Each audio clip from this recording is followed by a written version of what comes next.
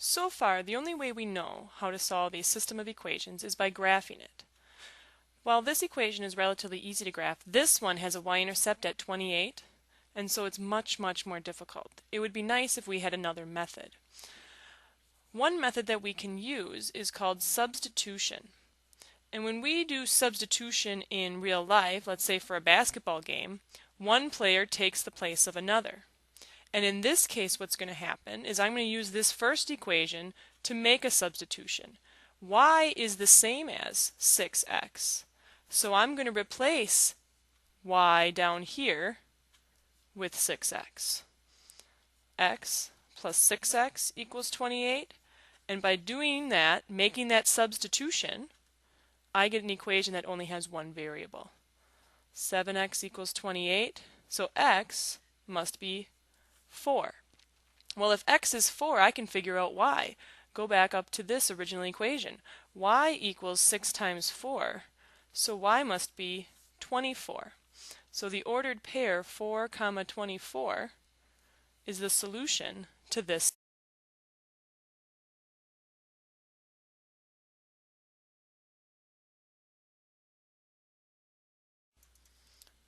Let's try another problem. In this problem, I see that 3x plus 1 is the same as y. So that means that I can take this expression and plug it in and substitute it in for this y right here. My new equation will be 2x plus 3, and instead of y, I'm making this substitution. Because 3x plus 1 equals y, I can use 3x plus 1 instead of y. Now I have an equation with only one variable that I need to go through and solve. Let me combine my like terms. Subtract 3. X is 2. Now if x is 2, I can come up here and substitute it for y. Well, if x is 2, let me give myself a little more room.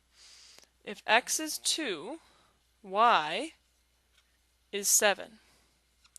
So the ordered pair 2, 7 is the solution to this system.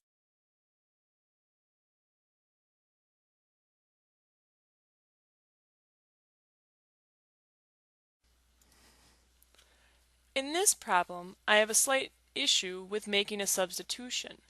Neither of these equations is solved for a variable, so that I no longer have an expression I can substitute with. But if I rewrite this equation and instead solve it for r, that would be by subtracting 5 from both sides. Now I can make this substitution for r in this equation. So my new equation will be 2 times r, well, instead of r, I'm going to use 6s minus 5 plus 3s equals 0. Now I have an equation with only one variable. 12s minus 10 plus 3s equals 0. Combine like terms, 15s minus 10, add 10, divide by 15. 2/3 will be the value for s. Now if I know s, I can plug it in to some equation from the givens to solve for r. I'm going to use this equation to figure out what r is. R equals 6 times s, which we know is 2/3, minus 5. 6 times 2/3 is 4, so r is -1. So the ordered pair 2/3, -1 is the solution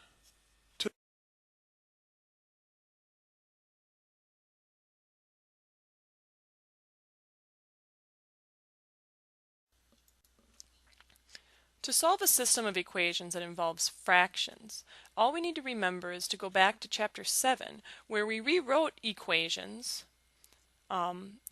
without fractions. And the trick here is to multiply by the LCD. If I multiply everything in this fraction times 2, I will get rid of the fractions and obtain an equivalent equation. U over 2 times 2 is just u. Minus 1/2 times 2 is 1. And negative v times 2 is negative 2v. I have a much nicer equation over here now. Now I want to use a substitution method to solve this system, so I need to go through and solve one of these equations for the variable, and I'm going to use the equation I'm already dealing with and solve it for you by adding 1 to both sides. This is now the expression that I can substitute for u in the first equation. So this u is going to be replaced with this expression. Let's take a look at what that looks like. 2 times, instead of u, I'm writing this expression, plus v equals 9. Distribute.